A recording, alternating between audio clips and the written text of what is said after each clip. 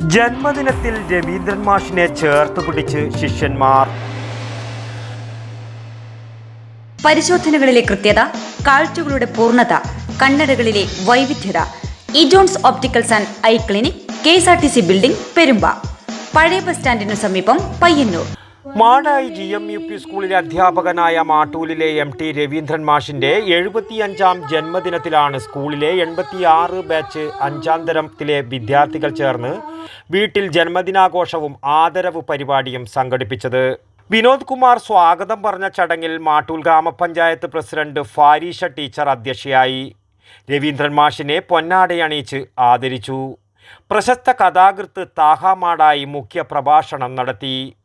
മാഷാവട്ടെ, നമ്മൾ വലുതാകുന്നു, പക്ഷെ മാഷ് ആ സ്ഥലത്ത് തന്നെ ആ ഒരു ചെറുപ്പത്തോടു കൂടി തന്നെ നിൽക്കുന്നു എന്നുള്ളത് ഭയങ്കര രസമുള്ള ഒരു കാര്യമാണ്. എനിക്ക് തോന്നുന്നത് 79 ബാച്ചിലായിരിക്കും മാഷെന്നെ പഠിപ്പിച്ചിട്ടുണ്ടാകും. മാഷ കയ്യക്ഷരം വളരെ മനോഹരമായിട്ടുള്ള കയ്യക്ഷരമാണ്. അന്നത്തെ നാച്ചുറൽ ഷെയ്ഡ് പേപ്പർ നോട്ട്ബുക്കിൽ ഫോട്ടോ ഫലകം താഹ മാടായി രവീന്ദ്രൻ മാഷിന് സമ്മാനിച്ചു. പൂർവ്വ വിദ്യാർത്ഥികളുടെ ഉപഹാരങ്ങളും ചടങ്ങിൽ കൈമാറി. 2025 ജനുവരി 30 രവീന്ദ്രൻ മാഷിന് 75 വയസ്സ് പൂർത്തിയാവുകയാണ്.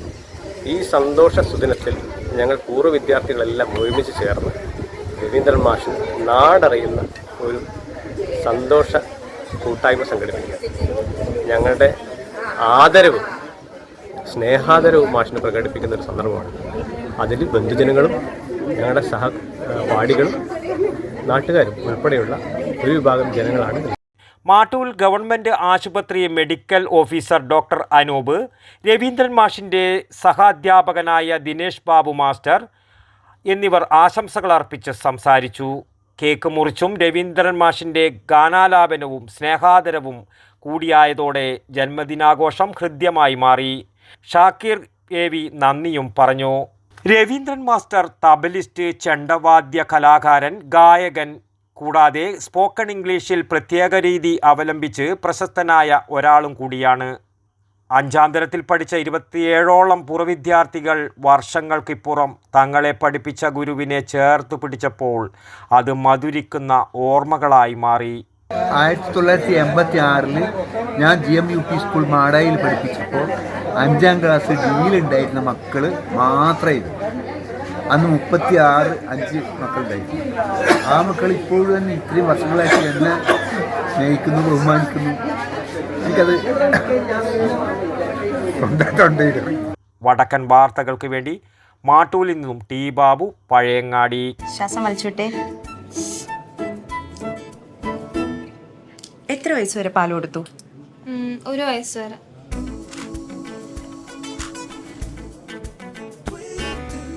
കണ്ടില്ലേ, ഇപ്പോഴത്തെ കുട്ടികളുടെ IQ ലെവൽ വളരെ ഹൈ ആണ്.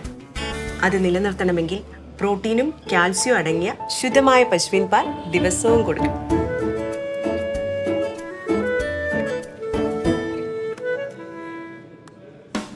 ഇപ്പൊ ജനതാ പാൽ എല്ലായിടത്തും ഉണ്ടല്ലോ.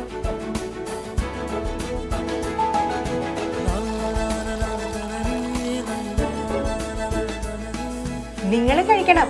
ജനതയുടെ പാലും നെയ്യും ഭക്ഷണത്തിന്റെ ഭാഗമാക്കണം. ആരോഗ്യമുള്ളവർക്കേ നാളെയുള്ളൂ.